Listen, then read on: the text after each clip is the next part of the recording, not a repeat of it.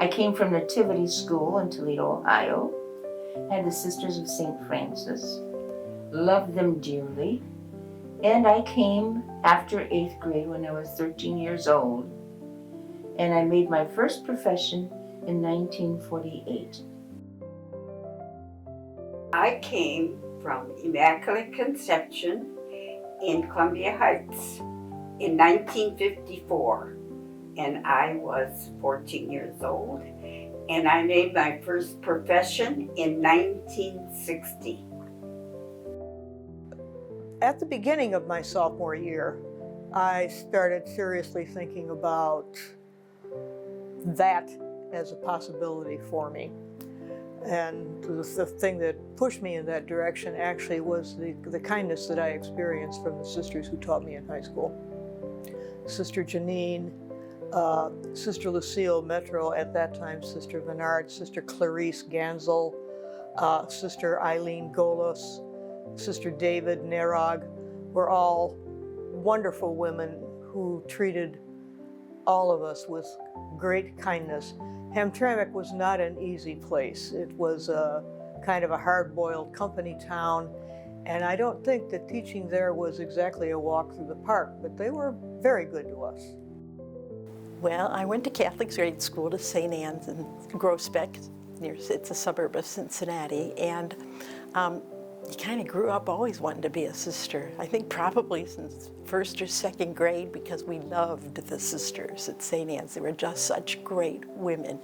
And they would do things with us. We would work with them. They would play at recess with us. We had such a great time. So you really, I think almost most of the girls at some point in their life really wanted to become a sister. And a sister of St. Francis, even though I wasn't really aware, I don't think, so much of what kind of sisters they were at that time. And I still continued on, and in 8th grade, I really, really wanted to come to the convent. And I don't think I ever told my parents. And my parents had signed me up. I found out from my mother later, because I don't remember this, but she had signed me up for McCauley High School, and I guess they were getting ready to get a uniform for me, and I told her I don't want to go there, I want to go to the convent. And so I remember my 8th grade teacher and the principal. My 8th grade teacher was Sister Elzir, which was really Beatrice Zarissa, and Sister Miriam was the principal. So they came to our house and they visited. I was in awe. They were actually sitting in my living room, the sisters. But then I would see the neighbor kids peeking their faces in the window to see what was going on. So they interviewed me, I guess, at that time, and then I was allowed to come to the convent. We didn't have to, I don't think we had to write or anything. And we had to get special material, like special clothing. You had to get white crinkle crepe nightgowns. I never wore nightgowns. I always wore pajamas. And we had to get a trunk, and we had to get these ugly black, we called them granny shoes. They had those stocky heels, and they were black. And we had to go to go to the store to buy this. I was so embarrassed. And I remember when the lady was fitting them on my feet, I said, "Oh, they're for my grandmother. We have the same size feet." I was just infatuated by the nuns. I came from a place where the church was here and there was steps coming down to it. The nuns' convent was up there. And I used to sit on those steps and watch the nuns pray their office. And there was just something about that. There were a lot of sisters at that parish. And they used to get up and come out in the middle and do this and do this and do this. And then I helped them in church. I helped them at school with the kids. And I just got to the point where I just liked being around the nuns. I had Sister Eloise who came 2 years before me, and I was in the 6th grade. And the first visit that we had, she was dressed, of course, in this black uniform, and I always called those shoes that we had to buy, the grandma shoes.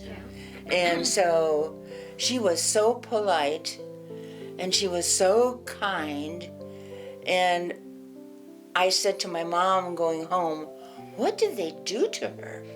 She's so good. She's so holy. Ma, if that's what they do to you, that's where I want to go. And so that was my thing right from the 6th grade. Just because I saw Sister Eloise so good and holy, I thought as soon as I get on these grounds, I'm going to be just like that, good and holy. Little did I realize it takes all my lifetime to do that. I'm Sister Margareta Wojcik, and I came to the convent, oh my goodness, at too early of an age. I didn't think of that, but my family kind of thought, you know. But my dad, he was so distraught in a sense.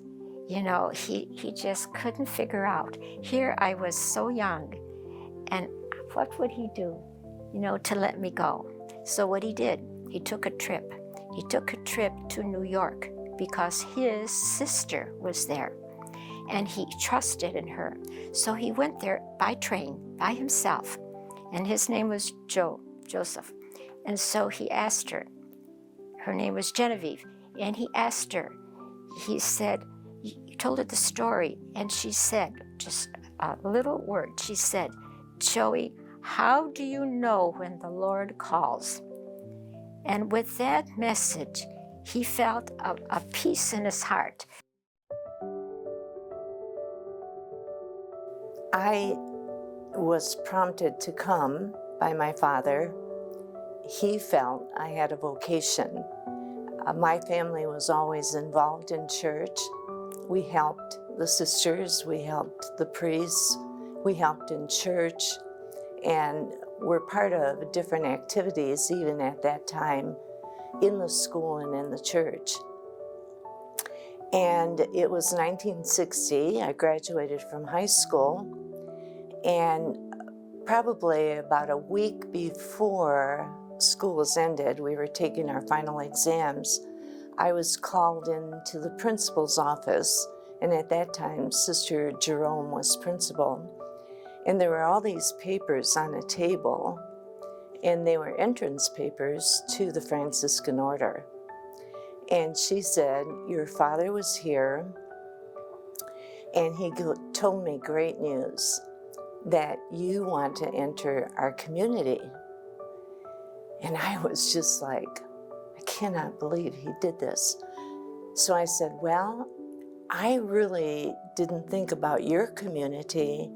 I would want to join the Sisters of Charity with the big hats, because I like to wear hats. I was trying to get out of this, and I don't want to teach.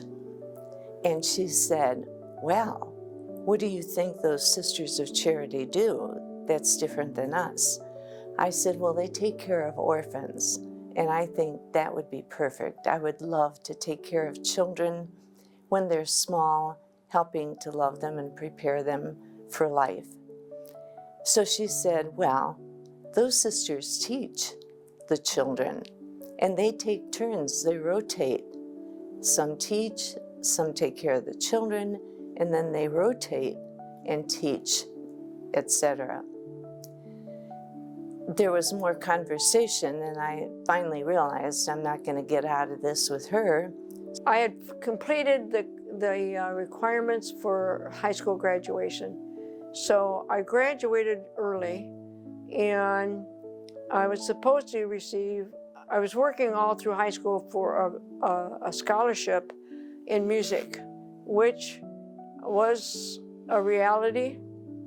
And so I was struggling with, do I want to be a sister of St. Francis or a musician? And that was a big struggle. And one night I was walking home at midnight after a job, we called them, and I was dead tired. And I remember saying to myself, is that all there is?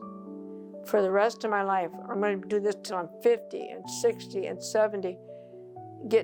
Finish this job, start getting ready for another job, hit the road for another job. Is that what I want? And at that point, I decided no, and there was all the stuff I had worked for to get scholarships, etc., to pay my way through college. Graduating class from Our Lady Queen of Heaven, 8th grade graduating class. The big day for us was June 9th, 1957. The following Sunday was Father's Day, and the Sunday after that is the day that 6 of us from our graduating class went into our family cars, which were all parked in front of the convent, Our Lady Queen of Heaven convent, a professed sister who were our teachers in the school. One professed sister came in each car. So in my car, Sister Pauline Gazda, she was my history teacher in 8th grade. Another car was Sister Maria Goretti. Another car was Sister Aurelia, Sister Clarita, Sister Lorenzo, and Sister Matthias. So there we were, all 6 cars. You could call us a caravan. And we began the drive, the long drive to Sylvania, Ohio. And when we got to the campus, I mean, it was just beautiful to see the trees, and it was summertime, so the dogwood tree was all in blossom. Everything the sisters talked about in our grade school was just, it was a dream come true, just looking around at the beauty of the campus.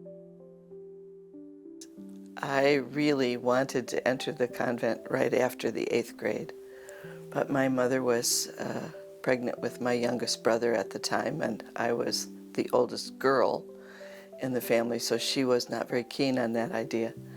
And my older brother at the time was in the seminary, and he had waited to enter until after high school, so she thought I should do the same thing. But I was persistent in my asking my parents regularly if I could enter. And so finally, after 1 year of high school at St. Ursula Academy, because I came from Regina Caeli Parish, which is in Toledo, and I went to St. Ursula. One Sunday afternoon, my dad said, what were you doing up in your room all afternoon, writing your letter to Sister Marianne? She was the person who received new girls into the community. So I turned on my heels, I went back upstairs, I wrote my letter, I came down, asked my mom for a stamp, and walked it to the mailbox. I came in August of 1962, and I was toying back and forth with this about coming, wasn't sure. I was due here August 28th, and I think I came on August 27th, right at the time I was supposed to be here. And before that, I was kind of discerning. After high school, maybe a little bit. After 2.5, almost 3 years of college, then I decided that I'm going to, come here, make the effort. Sister Marceline was my contact person. She was my high school biology teacher, and I really liked her. And she's the one that kind of helped me, coaxed me, and told me, little things here and there, but she never pushed, and I really liked that. And then when I finally made the decision to come, I met all the sisters that were teaching at Central Catholic at the time, because that's where I went to high school. And they gifted me with sheets and towels and underwear and nightgowns, etc. So I had all of that. And then I came. My parents brought me here, and everything seemed okay. I'm amazed at how I entered. I really don't know. I left my dog. I left my parents. I left my house. I left my nice new bedrooms that my father made for me. I left my car, and here I came.